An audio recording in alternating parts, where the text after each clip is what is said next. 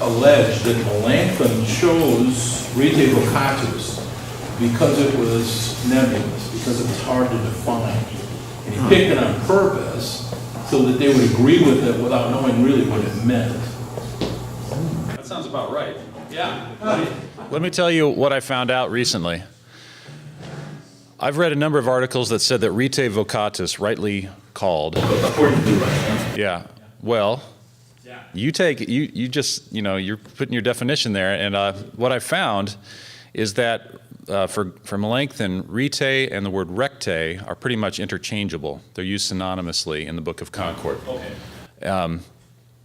Also, that word rite, while in classical Latin, it could mean according to the established rites, according to the usage of the temple rites for whatever god, in classical Latin. Melanchthon usually uses it to mean that which is the right way. Okay, so it is a nebulous, it is an undefined sort of a statement, Rite Vocatus. Now, I've read some things that said that Rite Vocatus was a technical term going back to the Middle Ages that would have been readily understandable to the Roman Catholic side as well as to the Lutheran side, and would have packed more meaning than what it just seems to say.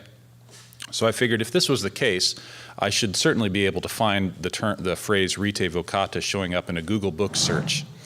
So I did a Google book search, narrowed it down the dates between 1500 and 1600, and got tons of hits for Rite Vocatus, but all after 1530, and all discussing what Melanchthon meant by that phrase in Augustana 14.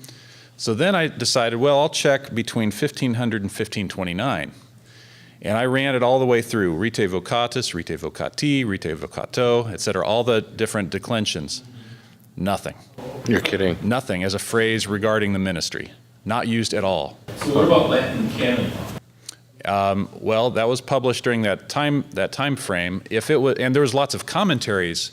Let me get to this. What I found is that I changed it and put in Rite Ordinatus, rightly ordained, and then there was a lot of hits between 1500 and 1529. So Rite Ordinatus seems to have been the commonly used phrase to talk about a priest who has been rightly ordained and the powers that he has because he's been rightly ordained. Rite Vocatus sounds similar to that, but it's different. So Melanchthon puts that into the confession.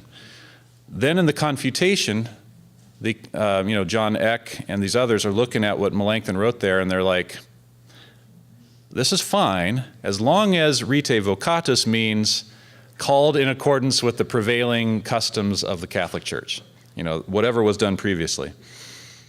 And that's why it wasn't immediately clear to them what he meant by that.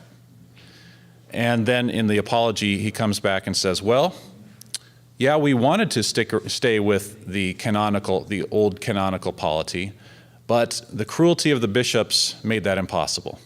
And in any case, we know that the true church is with us, who have the pure preaching of the gospel and the right sacraments. And because the church is with us, we know that those who are called by our church are correctly called. And so that's the way that he takes it. So Rite Vocatus is not a technical term, but it's very similar to a familiar phrase that was used quite often. So in the German, it's more orderly called. Yeah, ohne Ordnung. Jonas is German. Sorry, what? Wasn't Jonas that did the German? I don't recall. No, he did. Jonas did the German of the Apology. Melanchthon, I think, is still responsible for the German of the confession itself. But ordentlichen, I don't have that information right in front of me right now, but the question there is that any order or is that a particular order? It's an orderly call, which would be a call that's according to order. Yeah. But what order is that? And then I think if you look in the broader context of the Book of Concord, it's not any old order that's being spoken of.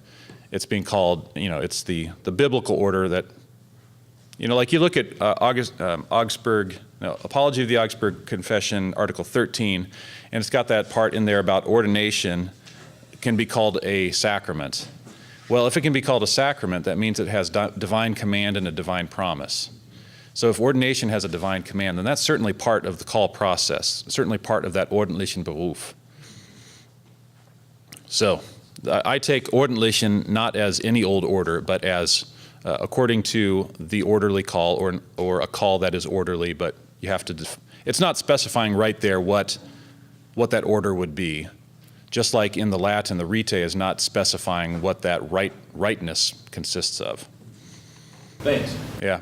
Sometimes people will get into some bad grammar and they'll take rite as an ablative of the noun ritus, but ritus is actually a fourth declension noun, and so the ablative singular is ritu. Rite as an adverb is related to ritus etymologically, but you can't do your definitions based on etymology, right, as you know. So that's a long answer to a short question. No, that's good, thank you, thank you.